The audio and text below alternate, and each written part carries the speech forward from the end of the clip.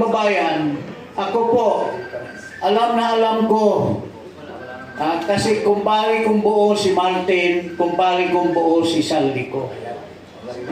Alam ko silang dalawa. Hindi pwede i-deny ni Martin na wala siyang kinalaman kay Saldico. Hindi ko lang sasabihin ngayon at a proper forum, sasabihin ko lahat ang naririnig ko sa mga usapan nila. I'm a personal witness na hindi pwedeng i-deny ni Martin na si Saldico tao-tao lamang niya. Walang gagawin si Saldico kung walang pahintulot kay Martin Romualdez. And I will say that with evidence in due time.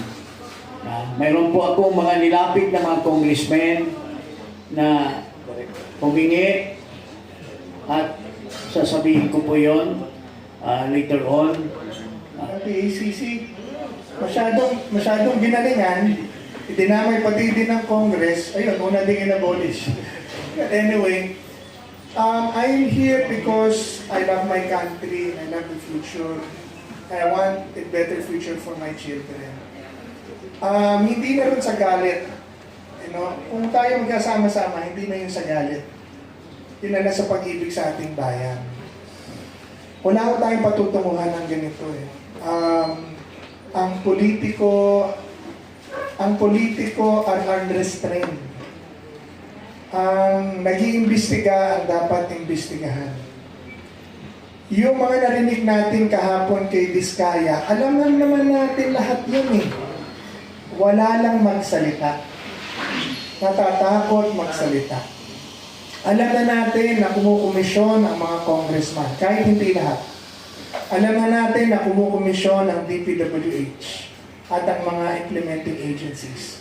Alam na natin na mga kontraktor kumikita. Alam natin lahat yun. Narinig lang natin. We were just waiting to see on TV in the Senate the entire complete triangle of the corruption and syndicated activity in government. Finally, si Diskaya nagsalita kahapon. She can lie, yes. She can also tell the truth. Pero ang gusto nating malaman, at this point, ano ba talaga ang totoo? Diba?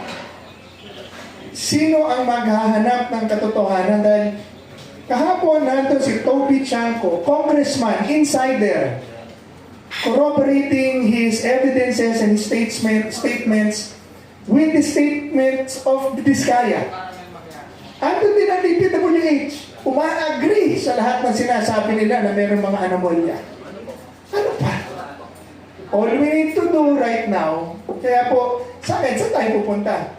Now, to give chance to the congressmen and to the officials who were mentioned, I think delicadeza for them to at least take a leave of absence and give a report or give out to the media a 10-year salary, 10 taong salary nila, give it to the media para ma-examine natin and then sign a waiver of their bank accounts para mapatunayan lang natin na hindi talaga sila nagpayaman sa kanilang pwesto, and then legally ask the ombudsman to do an impartial probe on them.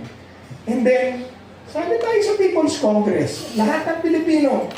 Sali tayo, pag-usapan natin, pag nakita na nito, pag nakita na po natin kung ano talaga nangyari, papayag ba tayo na araw-araw na lang tayong sampalin ng mga opisyal na nagnanakaw ng pera ng bayan at kinabukasan ng ating bansa? Sinasampal tayo araw-araw na nananatili sila dyan at nagtatago. Can you imagine what they did today? After the revelation of Diskaya, they now form their own investigating committee, yung Infracom. Sila ang nasasakdal. Pero saan mo sila isasampay? Ibig sabihin po, these are powers that we really have to work on reducing from government. That this will not stop. Patay na tayo, ganito pa rin to pag hindi nagbago. Mga anak natin will inherit the same thing. That's why I am here today to add my voice to the many voices of the people protesting. Thank you, Greco. Okay, now let's listen to Mr. Rama. He asked him how old he is. I mean, I'm well. Let's see. How many minutes? Make it two. Yeah. I want to be very clear. I have my staff. How many minutes am I allowed to speak? You know, because after this, the media will be asking. Correct. How many minutes?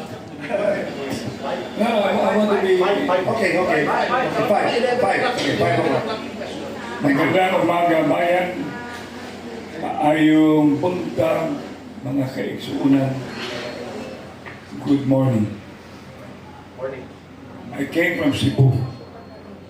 I only have few hours sleep because I love as my partner to my right. I love my country. I wish to see the spirit of heroism, nationalism, patriotism really in the real sense. I have a 5-year-old son. What will I tell if it is not today? If it is not us, including all of you in media, even the waiters here.